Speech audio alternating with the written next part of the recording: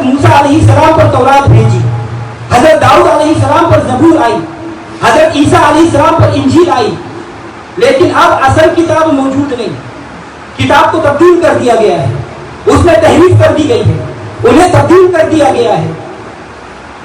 آج کوئی شخص آ جائے، آستانہ کے باہر بھیڑ، آپ اس سے پوچھیں گے کہ بھائی تیرا نام کیا ہے، تو وہ آپ کو اپنا نام نہ بتائے بلکہ ادھر ادھر کے ہاتھنے لگے۔ آپ اس سے پھر پوچھیں گے کہ بھائی تیرا نام کیا ہے، کہاں سے آئے ہو، پھر بھی وہ چپ رہے، تو جب بولے تو اور باتیں بناتے جائے، لیکن یہ نہ بتائے کہ کہاں سے آیا ہے، کس کے پاس سے آیا ہے اور کیوں آیا ہے، تو حضرات گرامی آپ کیا سمجھیں گے؟ آپ سمجھیں کہ یہ کون بندہ ہے؟ آپ یہی سمجھیں گے کہ کوئی یہ مشہور آدمی ہے، کوئی شخصیت ہے۔ جو یہ آسمانی کتاب ہے نا، انہیں آپ کھول کر دیکھ لیجیے، بائبل کو آپ کھول کر دیکھ لیجیے، پوچھے تیرا نام کیا ہے، نام نہیں بتائے گا، پوچھو تو کہاں سے آئی ہے، یہ بھی نہیں بتائے گا، پوچھو کس کے پاس آئی ہے، یہ بھی نہیں بتائے گا، لیکن رب کعبہ کی قسم، رب محمد کی قسم، میرے قرآن پاک سے جو چاہے پوچھتے چلے جاؤ، ہر سوال کا جواب دیتا جائے گا۔ قرآن سے پوچھا جائے کہ تیرا نام کیا ہے تو فوراً جواب دے گا بل ہوا قرآن مجید، یعنی میرا نام قرآن مجید ہے۔ پھر پوچھو کہاں سے آیا ہے تو فوراً جواب دے گا تنزیل من رب العالمین، مجھے رب العالمین نے بھیجا ہے۔ اس سے آپ قرآن کھول کر آپ پوچھیں تو کون ہے، تیرا نام کیا ہے، تیرا کام کیا ہے، تیرا پتہ کیا ہے، تو کہاں سے آئی ہے، تجھے کس نے بھیجا ہے، تجھے کون لایا ہے، تو کس کے پاس آئی ہے، تو کیا کرنے آئی ہے، وہ اس سب کا جواب اس قرآن کے اندر موجود ہے۔ انشاءاللہ سمجھے تو اس کا جواب دیں گے۔ اللہ تبارک و تعالی ہم سب کو قرآن پر عمل کرنے کی توفیق عطا فرمائے۔ حضرات گرامی اگر قرآن پڑھو گے تو شہید کربلا امام حسین کی روح راضی ہوگی، امام الانبیاء کی خوش ندی اور اللہ تبارک و تعالی کی رضا نصیب ہوگی۔ اللہ تبارک و تعالی کی بارگاہ میں دعا ہے کہ بواسطہ نبی صلی اللہ علیہ وسلم ہمیں قرآن پڑھنے اور اس پر عمل کرنے کی توفیق عطا فرمائے۔